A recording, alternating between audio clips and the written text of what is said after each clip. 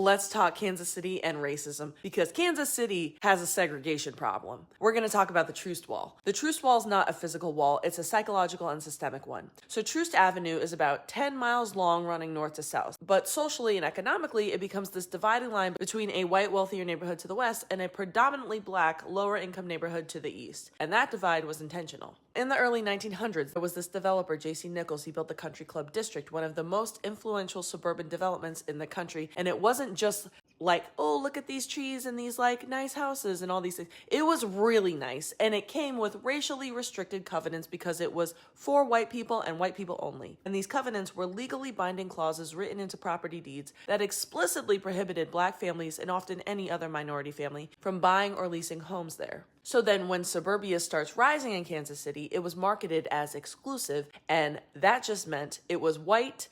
No people of color lived there. And then would come federal policy. So the 1930s, the Homeowners Loan Corporation created redlining maps. Neighborhoods would be graded from A to D, and areas with black residents were almost automatically labeled hazardous and outlined in red. Banks would then go on to refuse to issue mortgages in those areas, hence the name redlining. So you couldn't get a loan, which meant you couldn't own a house there, which meant you'd have no property appreciation, no generational wealth building, less access opportunities, investment, etc. And at the same time, the Federal Housing Administration was subsidizing white home ownership in suburban developments, and that often meant requiring racial homogeneity as a condition for loan insurance. So when white families were getting federally backed mortgages in brand new suburban neighborhoods, this wasn't a merit system. They weren't earned. You literally just had to be white. Black families would be denied loans, then be confined to areas east of Troost. And that's how suburbia rose, not just through preference, but through policy, through decades upon decades of white affirmative action. And then by mid-century, this divide hardened. School segregation wasn't meaningfully addressed because the school board in Kansas City failed to properly desegregate schools. And white families would leave the urban cores, what we call white flight, and then they would move into expanding suburbs, taking tax revenue with them. And investment followed them because systems favor white people, exactly. So east of Troost experienced systemic disinvestment. And that means investment and development was reduced and then disappeared, basically. Then came infrastructure. We got Highway 71, which is now Bruce R. Watkins Drive, and it was constructed over decades, cutting directly through historically black neighborhoods. Roughly 2,000 homes were destroyed, with the families being displaced and the businesses completely wiped out. And urban renewal projects, often called black removal, dismantled stable black communities under the promise of modernization. And that never came. And if it did, it wasn't accessible to those black families who had been systemically locked out.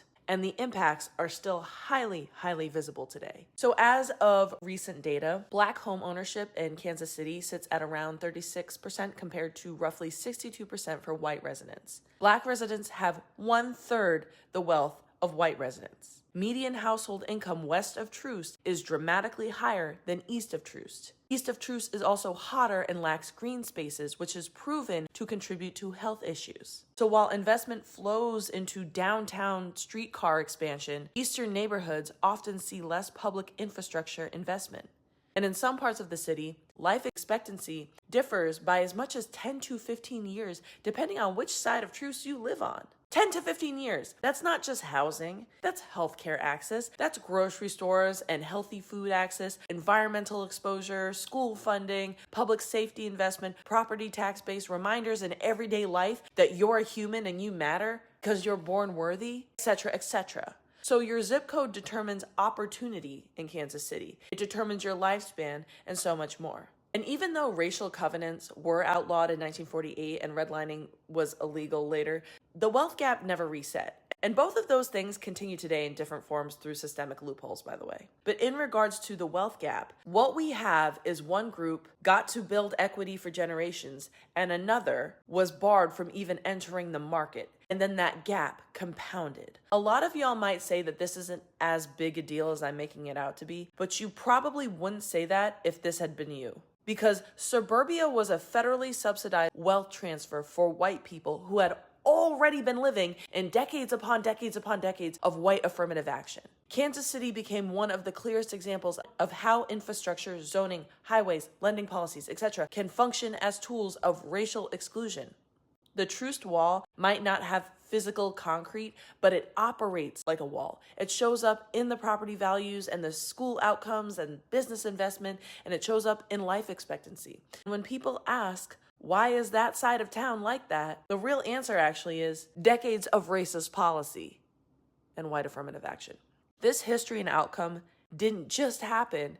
It was completely designed. And today there are groups doing stuff like it, like KC Reparations Coalition are pushing for reparations and investment. The city is studying ways to repair the damage caused by the highway construction that split Black neighborhoods apart. Local organizations like One Struggle KC and Sunrise Movement are fighting for housing and environmental justice. And community-led developers are working to rebuild economic power from within. But this is not just a Kansas City problem. Almost every major city has its own version of a Troost Wall. Learn your city's housing history, pay attention to zoning and local elections, support community-led development, advocate for equitable housing and school funding. Know who is on your city council and your school boards. Know all your local officials. And remember, segregation was never accidental. It was built. But if it was built, it can be built differently. Until next time, y'all.